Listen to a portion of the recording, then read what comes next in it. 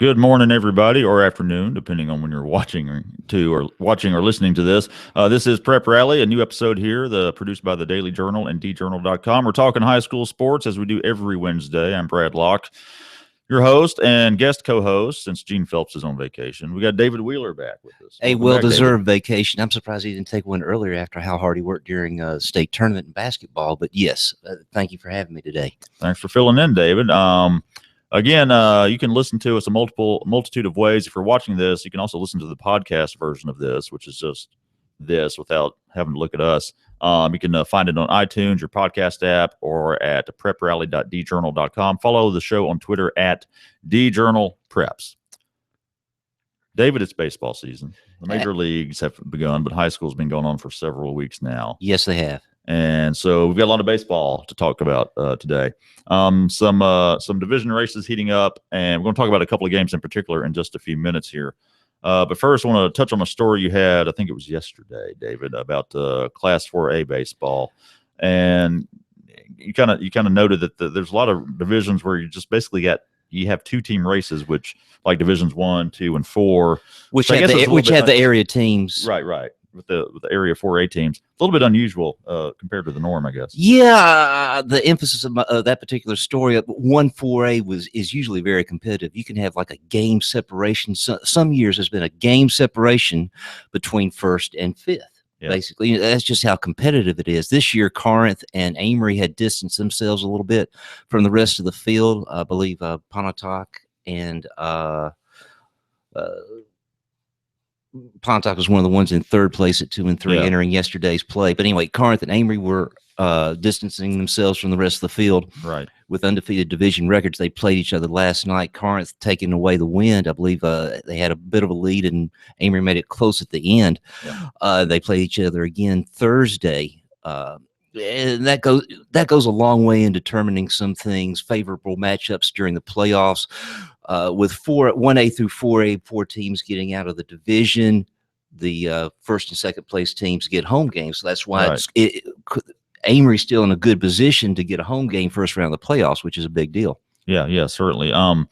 4A baseball is always pretty good up here. I kind of wonder how the way things shape up this year, how that speaks to the strength of 4A North Mississippi, or maybe a little bit of weakness. Maybe it's just top heavy this year.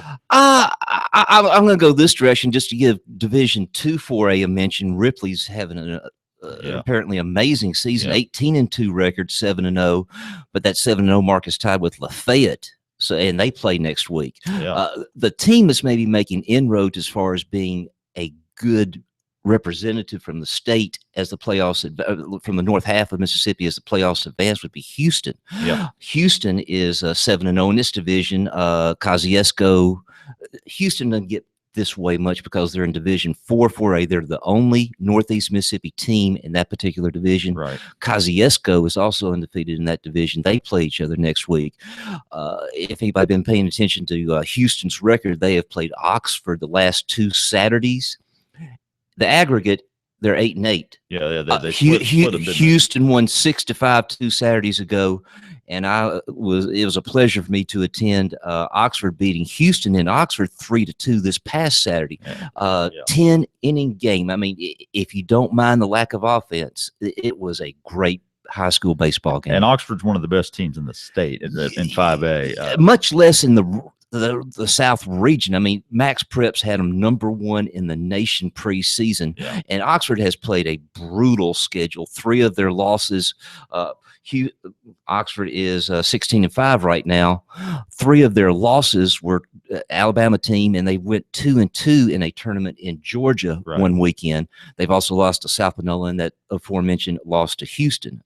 Houston setting themselves up for a nice, deep playoff run, not to discount the other people like Corinth and Amory and Ripley, who might make some inroads in the 4A playoffs. Yeah, that kind of answers my question. Which of these 4A teams has the best shot at a state title? Houston. Probably Houston. Yeah, but that's why you get on the field to determine that. Yeah, exactly. You mentioned Corinth and Amory earlier. The game last night, the big 1-4A battle between previously unbeaten teams. Corinth still unbeaten with a 9-8 win, so that's Amory's first loss within division in division play, right? Quade Reeves, the pitcher for Corinth, ended up, like you said, David, had a lead. They kind of lost, but he stuck with Quade Reeves and his ace, and it paid off.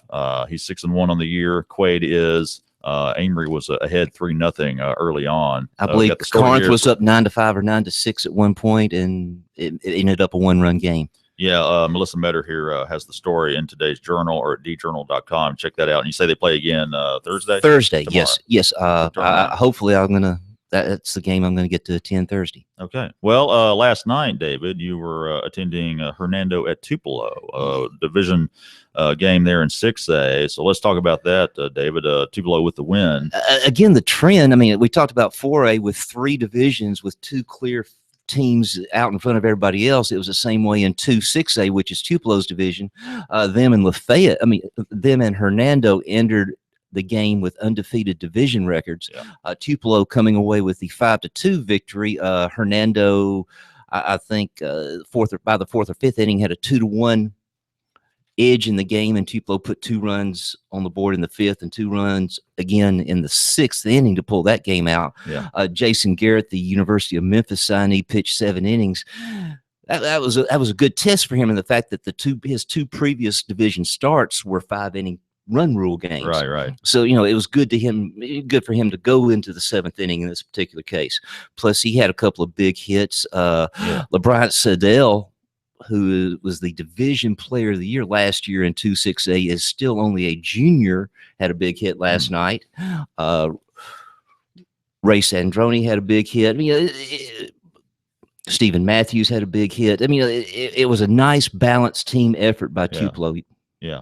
And that sets them a good team too. Yeah. Hernando's a good team. And maybe just to point out, in Class 5A and 6A, these guys play 9 total division games, where at best other divisions like the 4A people we've been talking about, they play each other twice.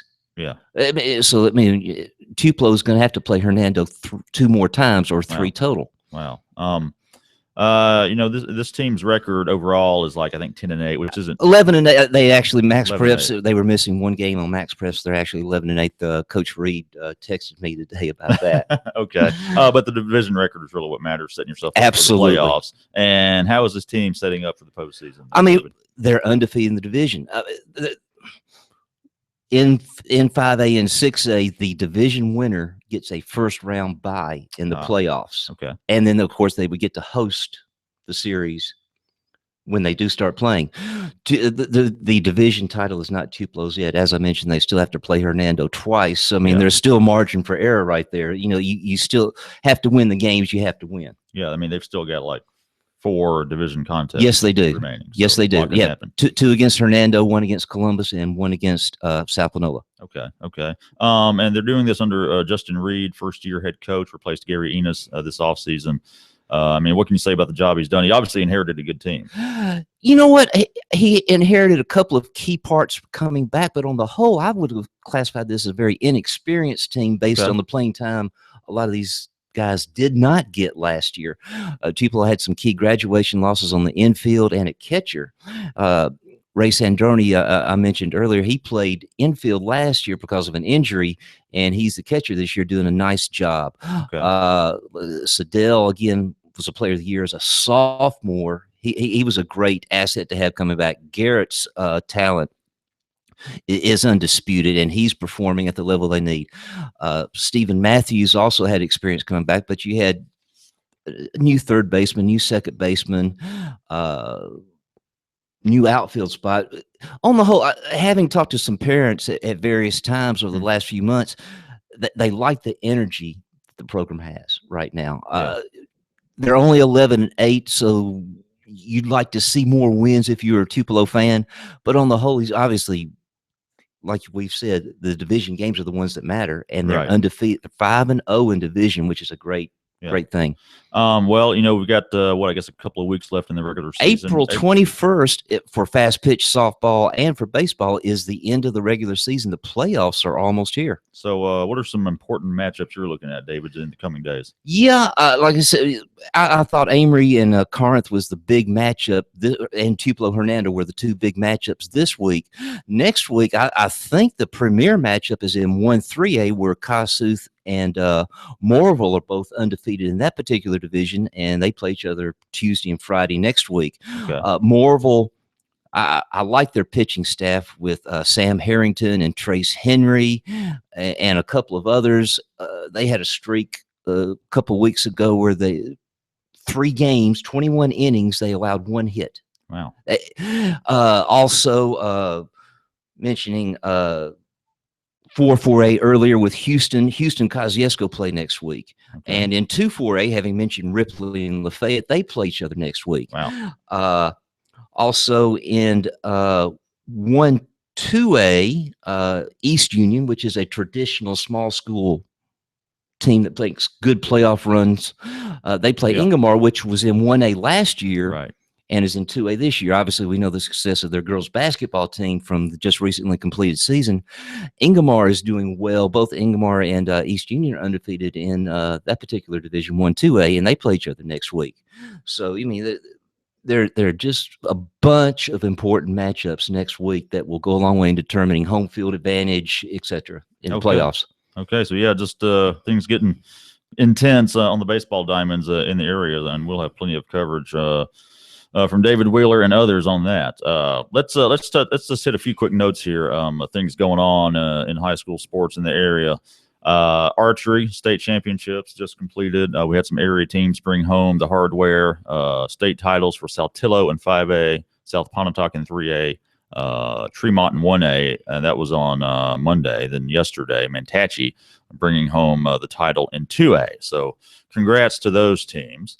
Need to remind you that coming up this weekend, the 47th annual Daily Journal Relays, that's on Saturday out at Tupelo High School. Tupelo boys and Myrtle girls are the defending champs. Gene will be back in vacation just in time to cover in time to cover the track meet. Gene Phelps will have coverage of that in Sunday's Journal look for that. And a little football news, little coaching news there in Lafayette County. Lafayette High School has a new football coach, Michael Fair.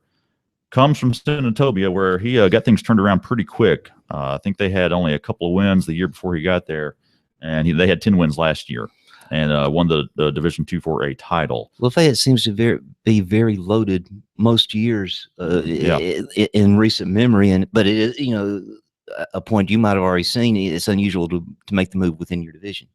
It is, but it looks like they got a good coach. He replaces Eric Robertson. So Lafayette football under new leadership. We'll see how that goes.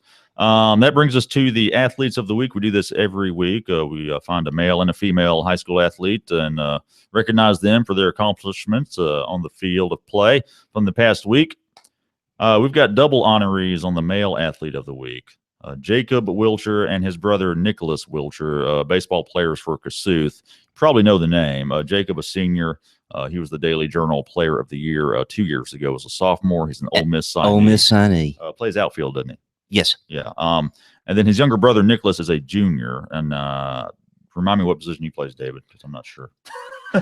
You know what? I think he does play a little outfield too. I think he plays right field, as a matter of fact. And Nicholas and I think they both pitch. Nicholas more so than Jacob. Okay.